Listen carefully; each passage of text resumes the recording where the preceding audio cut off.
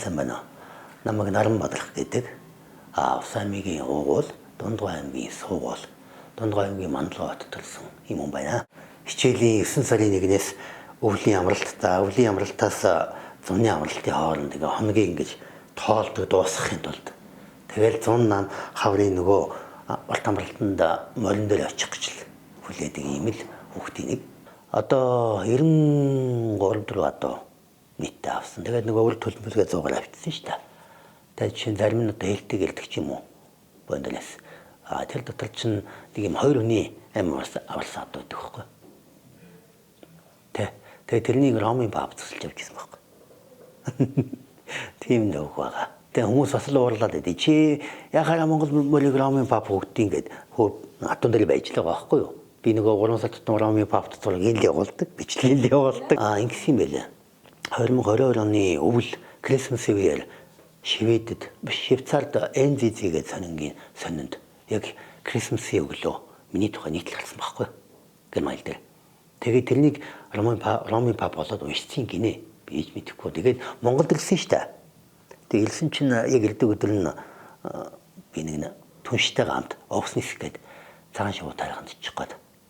Тэгээд онгоцсон суухад нөгөө цаашаа шалгамар авчих байж гисэн чинь дуудлага ирэхгүй юу. Тэгсэн чинь сайн байна уу Ромын пап тантай маргааш өглөө 9:05 минутын хооронд уулзъя гэж ингээд яг уцаар тоглоод байгаа ингээд авчлаа. Тэгсэн дахиад болгож байна. Гүй ийм таны тухай ингээд уншсан юм аа. Тэгээ Монголд очиод энэ залууд уулзаад хандив өгмөр нэг гэсэн юм аа. Гэхгүй юу. Тэгээ би хандив бодгүй штэ гэсэн нөгөөх нь дахиад болгож байна. Одоо тэгээ би очиж чадахгүй 5 минутанд би яах юм те. Очиод зураг авахгүй ч гарах юм уу яах юм. Гэсэн чигээ та тэгвэл ингэчээч нэг мөр бэлгэлчээч. Тэр одоо зохицуулж байгаа асуудал санал тавьж штэ. Гой мөрөөл бэлгэлж чинь гой дурсгал штэ гэдэг. Тэгээд би за тэгвэл ийм гээд нэг юм түүхийг бичиж өгөөд тэгээд видеог нь явуулсан байхгүй мөрнийх нь. Тэгээд нөгөөдөл чинь нэг юм сертификат болгоод бэлгэлээ нөгөө бэлгэлж байгаа сурмага бүгдийг над руу явуулаад. Тийм болсон.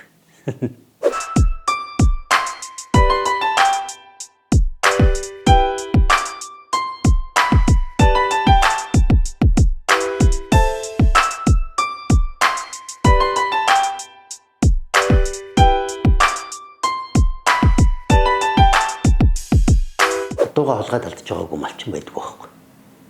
Энэ адууны хулгайны болж нэхэрэ хаяггүй махгүй юу? Нөгөө бойнд бэлдэж байгаа махнаас болж байгаа юм байна гэдэг юм. Яг ингээл өнгө бодог нь ялгараад харагдаж эхэлж байгаа. Тэгэл судалгаа хийгээд эхлэнгүүт одоо чинь Улаанбаатар хот руу жил болгон бид нар ингээл төгжээний асуудал гэл ингээл төгжээ буруу өрөөл зөв өрөөл гэл боо юм болдог тийм үү? Гэтэл шалтгаан нь 18% нь жил болгон Улаанбаатар руу цодгож байгаа энэх нүүдлийн 18% нь адууны хулгайтай холбоотой гэж яах вэ? Жил болгон Улаанбаатар руу 31,000-аас 59,000 иргэн нүүж байгаа. Энэний чинь 18% нь адууны хулгайтай холбоотой. Тэгээ энийг би судалсан юм биш тэр юуны Швейцарын хөгжлийн агентлагаас нүүдэл хөдөлгөөний судалгаа гэдэг хийчихсэн. Тэгээ яагаад нүгэд байгаа ингээд 18, 19, 20, 21 гээд асуулга асууж байгаа. Дөрвмийн ингээ асуусан 37% нь малын хулгайтай холбоотой нэг бол хохирогч, нэг бол хүчин зүйлээс нь айсан иргэдийн нүүдэл болчихж байгаа. Гэтэл адууны хулгай гэдэг нь нийт Монголд гарч байгаа гэмтэргийн гаралтын 54% байдаг байхгүй. Инхээр энэ одоо юу гэдэг та гэлтөө очиад ингээ өвлийн эчэнд нэг адуу авахд тэр хин гэдэг малчны ямар төстэй ямар адуу байсныг мэдэж чадахгүй л байгаа бол энэ ямар ч мах байх боломжтой байхгүй. Тэгэл эндээс яг адууны бодлого эхэлж байгаа. Тэгэнгүүт их тавьж соёл гэдэг юм гараад ирлээ дээ. Олон улсад болохоор нөгөө ил жуулчлалын соёлын яам маань монголчууд бол ийм их тавьж алдсан юм. Яг л Монгол улсад ийм конфликт байхгүй шашны.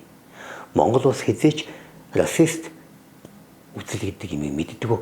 Racial discrimination гэдэг юм Монгол улсад байдаггүй.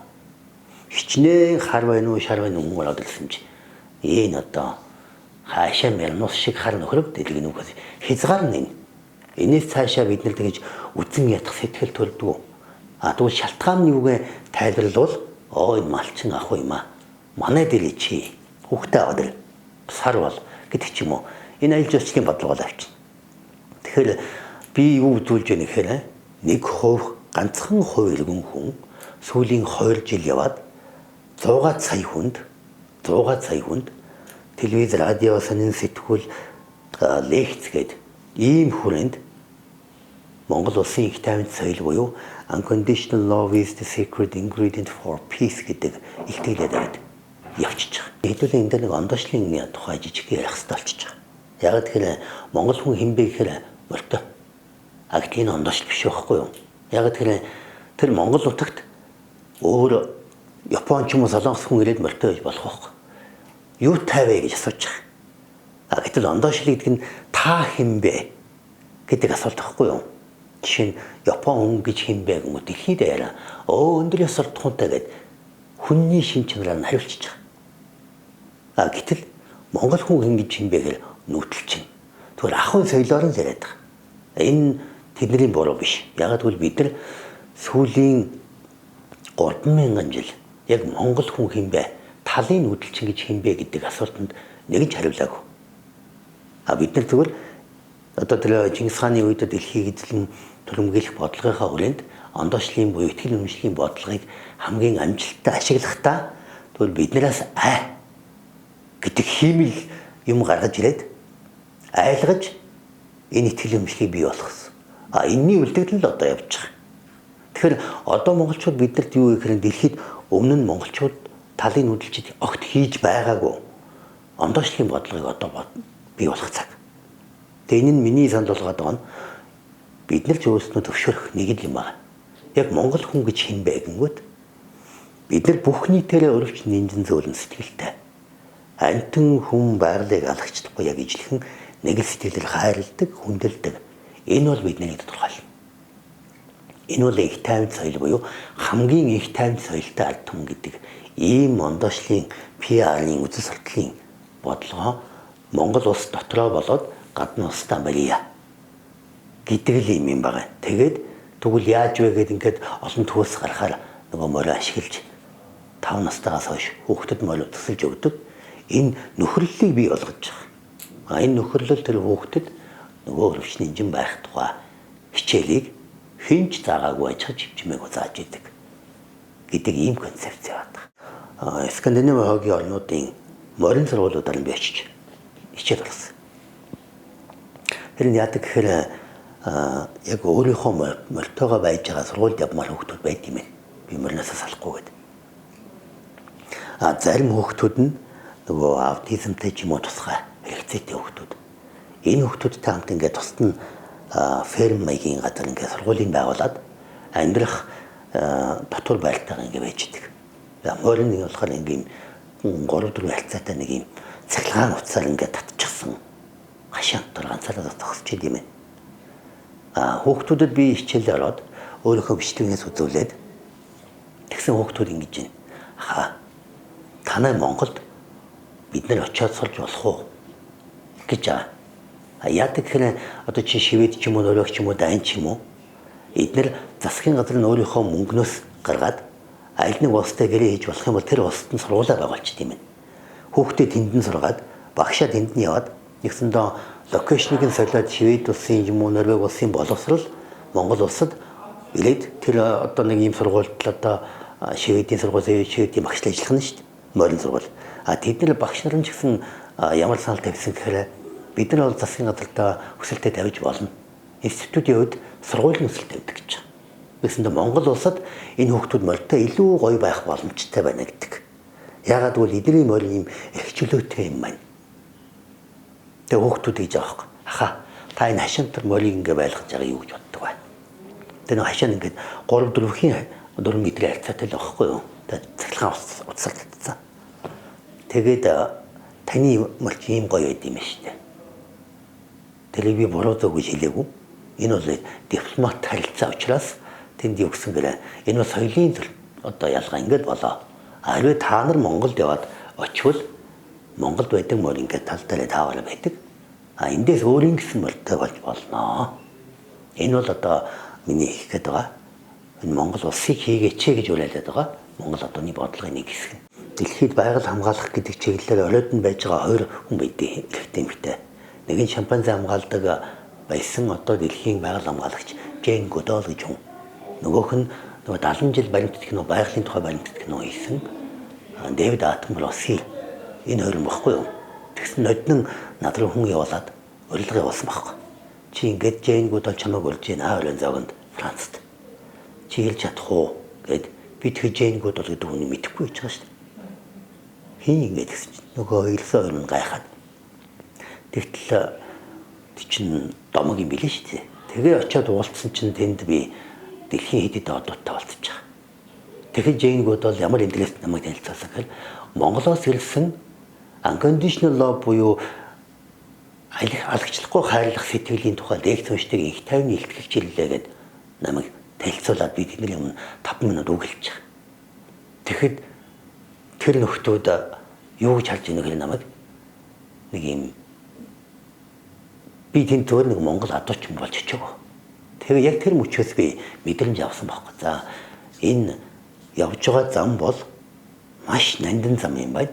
Гэхдээ энэ монголчуудад заяасан өв дээдсээс өгсөн боломж юм байна. Сая би тэр Нобелийн их тайвны шагналтыг зарлах ёслол дээр нь эхлээд 11 цагт өглөө очиод тэгээ очиод зөвхөн ганцхан надад асуулт асуух эрх өгч байгаа. Оройн зоогон дээр нь очиод нөгөө хэлцүүлэг болоод за энэ жил ер нь ингээд яагаад цөмийн зэвсгийн эсрэг ажилдаг энэ байгууллагт өгчгөө хэлцүүлэг явж байгаа. Тэгэнгүүт Европ төдөлж ихтэй цөмийн зэвсгийн цөмийн дайнаас болгоомжилж байгаа учраас энэ асуудал дээр цохолт өгөхийн тулд зориуд өгсөн байна гэд.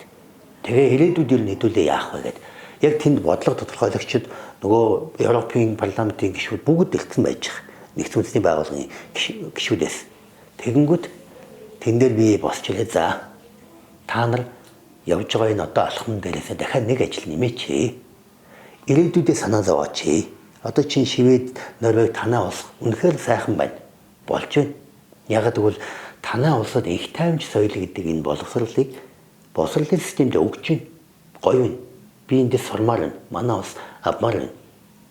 Гэхдээ танах энэнийг олон улсад хуваалцаагүй учраас дэлхийн нийтэд энийг хуваалцаагүй учраас одоо гаднаас ирсэн дөрвөсөд танаа нийгмийг яаж байгаагаар өдөр болгон буудалцаад хэн буудалцж байна. Танаа иргэн хичнээн тийм өрөвч нинжин empathy education-ыг авсан байлаач дэлхийн бусад улс чинь юм болоогүй. Дэлхийн нийтээр ийм болохын тулд бид нар хамтрах ёстой гэдэг ийм юмыг хэлээл. Тэгэл нөгөө нөхдүүд чинь шаагалдаж алга ташаад ардаас нь ингээд нэг юм 4-5 хүн очилж агаад надтай зөвхөн ярилцгаад тэг яг та яг хэн юм бэ гэж асууж байгаа. Би зөвхөн энгийн нэг хүн. Гэхдээ би та хэдэд энгийн нэгэн иргэн хүн энэ дэлхийд өөрчлөлт авч чадна гэдгийг итгэж батлахын тулд энэ зогсож байгаа маа л гэсэн. Би Монгол дээр л ундаг. Яг нэг үг хэлээд. Яг тэгэхээр яг энэ малчны бодлогын их тайван зөвлөг энэ бүх юм чинь ийм юм шүү дээ ингээд тайлбарлахаар засаг төрийн зарим нэгэн сайдууд нь би одоо чинь ерөнхийлөгчийн ажлыг дэмжиж хуулийн ус дэмжсэн. Дэмжиж яа дэмжиж байгаагаар ерөнхийлөгч өөрөө нэг юм засгийн газар биш шүү дээ. Тэгэнгүүт нэг юм зөвлөх юм уу эсвэл ахлах зөвлөх юм уу ингээ яамд удаа утасддаг ийм хүнтэй болдорой. Энд чинь 5 яам хамлсан ажил байхгүй юу? Жишээ нь Монгол адуугийн аппликейшн заавал ийм Монголиад байх хэрэгтэй. Ингээд адууныхаа махыг эсвэл номхон адуугаа ч юм уу адаглаад шууд малчнаас нь авдаг болох тухай. Энэ аппликейшн өөрөө ингээд малчин өөрөө блендээ үсгэх тухай гэдэг ингээд тайлбарлангууд зарим нэгэн сайдууд нь ойлгохгүй. Тэгээ би нэгэнтэй баг цаг хэлчихсэн шүү дээ. Тэгээ юу гэсэн хэрэг чи ямар төсөл хүсэж байгаа гэдэг. Би орохдоо юу гэсэн хэрэг энэ миний тухай биш шүү. Намайг ерөөсөн хин нэгэн одоо засгийн газрын ч юм уу эсвэл өөр нэг танай төрийн байгууллагын аппаратураас нэг хүн ирээд ажлын одоо бодлогын төсөл танилцуулж байгаа гэж ойлгоорой гэж хэлчихэд ажиллаа ярьж байгаа шүү дээ. Тэгээд зарим тохиолдолд бол одоо юу гэдэг нь зарим сайдыг нь 2 жил хойноос нь өгөөд уулзч чаддаг байх жишээ нь. Би мөнгө гоох гэж очиагүй шүү дээ. Тийм ээ. Тэгээ энэ үед бол яг жаахан шүү дээ. Мал бол мэдээж орлогын их өсөр. Гэхдээ энэ орлогын их өсрийг олон төрлийн болгож болно. Зөвхөн махналуур хоёр гэдгээр амьдрахаа одоо хэдүүлээ. Жохон хазаарлахгүй энэ Монголын тал нутагч нь энэ бэлчээрийн даацч хэцүүдэл. Энэ ямааны тоотлого ямар замбараа алдсан байгаа вэ? Энэ малын одоо чанар ямар муу болсон байгаа вэ? Эсрэгээр нь одоо чи юу гэдэг хотын хүн би хүүхдээ нэг мал дээр авчиад ядаад нэг ажлын өдөр дуусаад нэг хагас сайнаар л яваад ирэх гэлтэй. Малчид нэг хэдэн нэг сөөхөө мал аваад нэг жоохон сойрон газартаа ойрхон нэг юм үйлчлэг өцүүлээд эхлэх боломж байна. Ингэсэндээ хуучин Монгол ахуйн соёлыг аль альдаа одоо ойртуулах цаг болчих. Энүүгээр бид нар одоо ингээл таад анзаардаг үстэй нийгэмд ингээл нэг яриа явдаг штэ. Монголчууд яагаад ийм харигс болчихвоо? Яагаад ийм сонин хэрэг гараад байна? Хүүхдүүд яагаад ийм болоод байна гэх. Бид нар энэ empathy education гэдэг дээр нь анхаараагүй 30 жил болсон. Одоо ирвэхээр яг монгол хүн гэртээ сууж байгаа үдээ сууж байгаа хүн биш нэлээ хүүхдээ нэг өөрийн гэсэн даахтай болгочих гэсэн.